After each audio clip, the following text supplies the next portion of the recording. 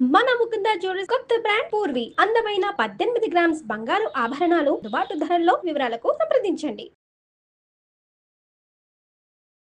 నమస్తే రమగారు. నమస్తే జయ. ఏదైనా ఒక స్టోరీ చెప్తారా? చేపల పంట చెప్తాం. చేపల పంట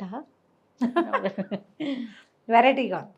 కైరో దేశంలోనట, కైరో మంది కదా. మంది కాదు, మన కథలు చాలా ఇలాంటివి ఉండవు.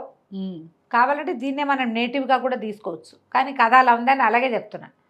గోహ అని ఒక ఆయన హాస్యగాడు, చాలా ప్రసిద్ధుడు ఆయన. ఇంచుమించు మన బ్రహ్మానందం గారు ఇదివరకు మొదట్లో ఉండేవారు చూడు, ఆ స్టైల్ అనమాట. ఆయన ఎక్కడికైనా స్టేజ్ ఎక్కితే జనాలు చచ్చిపోయి వాళ్ళ పొట్ట చెక్కలైపోయి, చాలా మంచి పేరుంది ఆయనకి, ప్రసిద్ధుడు. అయితే ఆయనకి ఎప్పుడో ఏదో మొక్కల పెంపకం మీద ఒక ఉత్సాహం వచ్చింది. ఆయన తనకున్న తోటలో అంతా చక్కగా బాగు చేయించి కొత్త కొత్త కొత్త కొత్త మొక్కలు నాటి వాటన్నిటి పూయించి కాయించుకుంటూ ఉండేవాడు. ఈయన తాలూకు ఈ సరదా తెలుసుకున్న ఫ్రెండ్స్ చాలామంది, మనకి ఏది ఇష్టమో అది గిఫ్ట్లు ఇస్తుంటారు చూడు చాలామంది. రకరకాల పువ్వుల మొక్కలు, రకరకాల గులాబీ అప్పుడు అక్కడ గులాబీలు బాగా పూసేవట. బోల్డన్ రకాల మొక్కలు, గింజలు తెస్తే తర్వాత మొక్కలు వచ్చి పువ్వులు వచ్చేవి, చిన్న పొన్న కాయలు కాసేవి, అట్లా బోల్డ్ మొక్కలు గిఫ్ట్ ఇచ్చారు. ఆయన చక్కగా ఆ పని మీదే ఉండేవాడు. ఎప్పుడైనా సభలకు వెళ్ళేవాడు, కానీ మూడొంతులు ఆయన ఎప్పుడు తోటలోనే కనపడేవాడు. ఏదో ఒక మొక్క గొప్పు తవ్వుతూనో, నీళ్లు పారేలాగా చేస్తూనో, గింజలు వేస్తూనో, మొక్కలు పెట్టుకుంటూనో ఈ గందరగోళంలో ఉండేవాడు. అయితే ఈ కైరో నగరంలో ఒక సంపన్న గృహస్థ ఒక ఆయన ఉన్నాడు. ఆయన ఒకనాడు ఈయన తోట గురించి చాలాసార్లు విని ఈ దోహా గారి తోట చూడడానికి వచ్చాడు. వచ్చి, అబ్బా చాలా పువ్వులు ఉన్నాయి నీ దగ్గర, ఇవి ఉన్నాయి అవి ఉన్నాయా, గులాబీలు బాగున్నాయి అవి బాగున్నాయి ఇవి బాగున్నాయని మాట్లాడాడు. మాట్లాడిన తర్వాత మా అల్లుడు ఏవో కొత్త రకం విత్తనాలు పంపించాడు, అది భలే పూస్తాయి భలే కాస్తాయిట అన్నాడు. అంటే పెడతావా అని అడిగాడు. అడిగితే అందేముందండి, తప్పకుండా గింజ వస్తే పెట్టడమే మన పని, దేన్నైనా పూయించేస్తాను నేను. ఎలా పేరు వచ్చిందంటే ఈయన చేతిలో పడితే ఏ గింజైనా పూసేస్తుందని.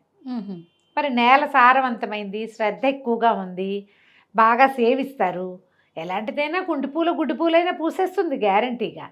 దాంతో ఏమైంది ఇట్లా అన్నాడు. అనేసరికి మా అల్లుడు బాగ్దాద్ నుంచి తెప్పించాడు అద్భుతమైన విత్తనాలు, అవి పూయించి చూపించాలి నువ్వు నాకు అని అన్నాడు ఆ సంపన్నుడు. మన దోహా గారు ఒప్పుకున్నారు. తప్పకుండానండి పంపించండి అంటే, సరే ఏం చేశాడు, మర్నాడు ఒక పనివాడు వచ్చాడు. వచ్చి ఇంత కవర్ పట్టుకొచ్చి ఇచ్చాడు. కవర్ పట్టుకొచ్చి ఇస్తే తీరా చూద్దాం కదా, ఆయన దగ్గరకు పెట్టుకుని చూస్తే అవి గింజలు కాదు ఎండబెట్టిన చేప గుడ్లట. ఈ సముద్ర తీరాల్లోనూ అక్కడ చేపలు గుడ్లు పెడతాయి. కొన్ని వంటకాలకి వాటిని వాడతారట. వాటిని ఎండబెట్టి చిట్టివిగా ఉంటాయి. కొంచెం పెద్ద సైజు చేపలు అయితే గుడ్డు ఒక్క రవ్వ పెద్దది ఉంటుంది బహుశా, చేప గుడ్లు.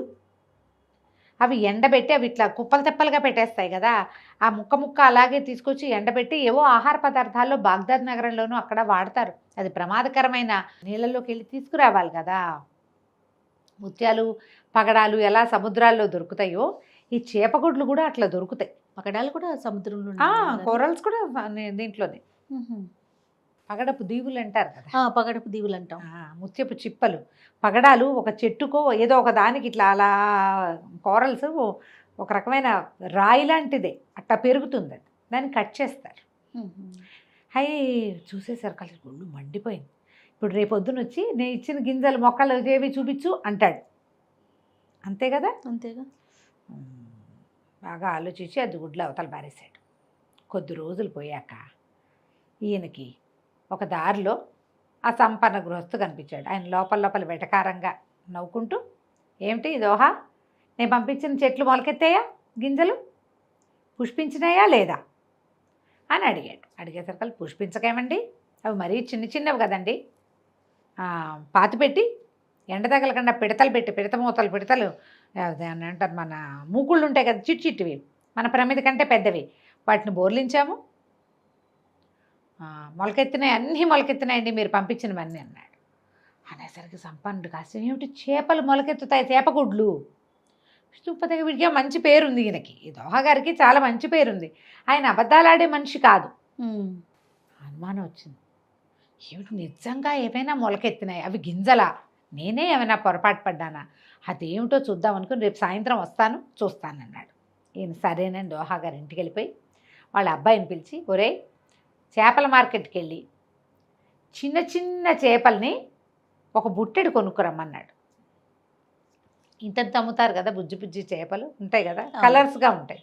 అక్కడి నుంచి మధ్యాహ్నం రావటం ఏమిటి, అక్కడి చేపలు రాగానే ఓ పక్కన లైన్గా అన్ని చోట్ల చిన్న చిన్న గుంటలు చేయించి చేప ముక్కులు మాత్రం మొహం ఇంత పిసరు కనపడేలాగా పెట్టేసి వాటన్నిటి మీద మూతలు పెట్టేంట్రా అన్నాడు.